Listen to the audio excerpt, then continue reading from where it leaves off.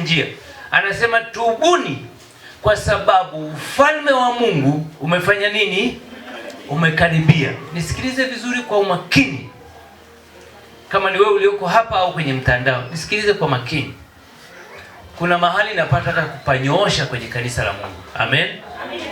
Mstari unaofuata tunakwenda kwenye sura ya 4 ya Mathayo hiyo. Kwenye Mathayo 4 unakutana na Yesu. Sasa kwa taarifa yako, unasikia habari za Yesu akiwa tumboni mwa mama yake. Utasikia Yesu akizaliwa kwenye hori la kulia ng'ombe. Utamsikia Yesu wa mwaka siku moja. Utamsikia Yesu wa miaka 8. Baada ya fulani utamsikia Yesu na miaka 12. Hautasikia tena habari za Yesu mwenye miaka 20, miaka 25, hutasikia. Utamsikia Yesu anaibuka na miaka 30. Na anaibuka kwenye Mathayo 4:17. Anaanza huduma akiwa na miaka 30.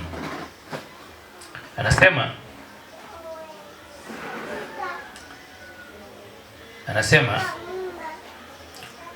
Mathayo 4:17 anasema, tokea wakati huo Yesu alianza kuhubiri na kusema, tubuni kwa maana ufalme wa mbinguni umekaribia.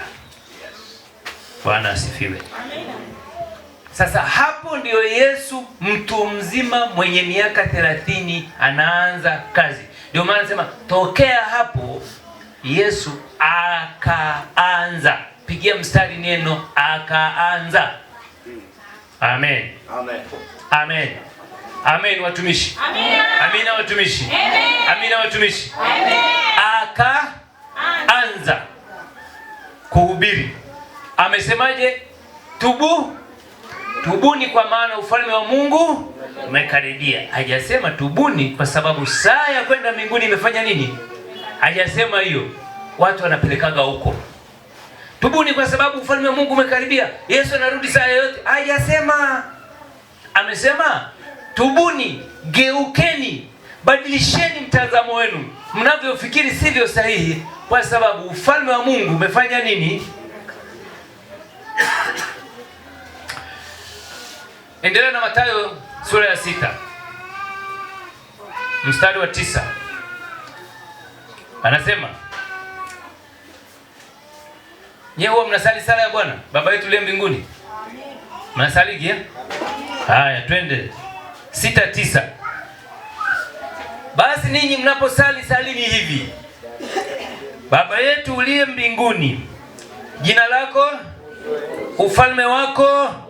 Malizieni mwenyewe huko nyuma. Ufalme wako ili mapenzi yako wapi kama wapi. Utupe leo riziki yetu. Kamaliza. Sio habari ya leo hiyo. Bwana asifiwe. Sasa inaanza kuingia, si ndio? Sasa inaanza kufanya nini? Inaanza kuleta, naona watu wanatikisa vichwa, inaanza kuleta maana. Sasa ngoja niseme neno ambalo kunaweza mwanzoni usielewe, lakini usifunge mlango wa nafsi yako. Mimi ni mwalimu. Amen. Amina. Hatujaokoka ili tuende mbinguni.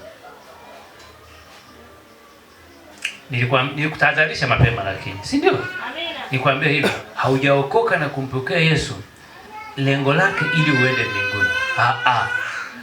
Kumpokea Yesu sio tiketi ya kwenda mbinguni. Kumpokea Yesu ni tiketi ya kuingia kwenye shamba la Bwana. Amina. Amen.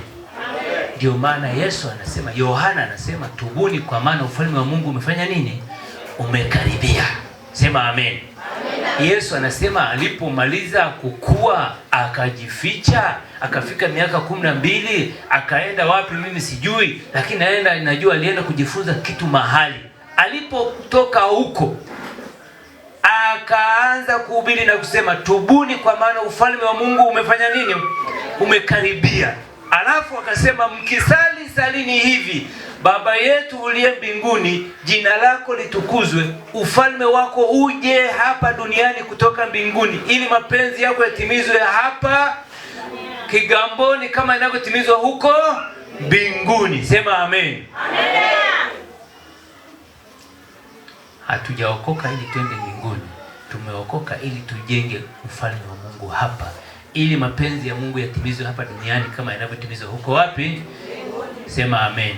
Amen. Sasa nisikilize nikwambie pointi.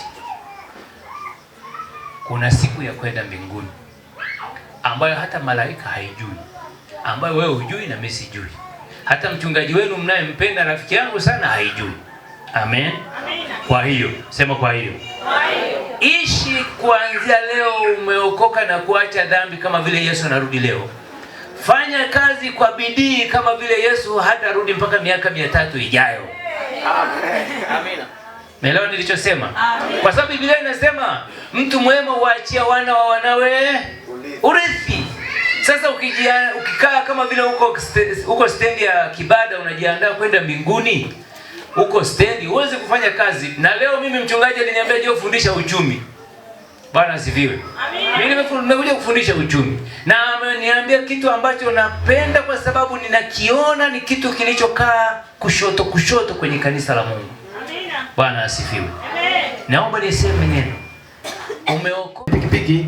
Pikipiki ya mbele yetu ilipata ajali. Bwana Yesu asifiwe sana. Wakati ilipata ajali ikaitirafiana na pikipiki ambayo tulikuwa tumepanda. Yule bodaboda wangu wa mbele aliyokuwa amenibeba mimi akadondoka, kwa hiyo akawa amechanika hapa. Mimi nilitoka mzima tu, wala hata sikumia popote. Bwana Yesu asifiwe sana. Sio hiyo, bado naendelea. Bwana Yesu asifiwe sana. Sasa sikuumia popote. Ninamshukuru Mungu kwa hilo. Lakini nilipofika kazini, wakati ninaingia tu pale kazini, kuna jambo kidogo ambalo nikamkuta kuna kijana analifanya. Kwa hiyo nikataka nimsaidie. Wakati namsaidia kufanya, nikawa nimedondokewa na kitu kizito kwenye mguu. Bwana Yesu asifiwe sana. Kwa hiyo kitu kilinidondokea juu ya mguu na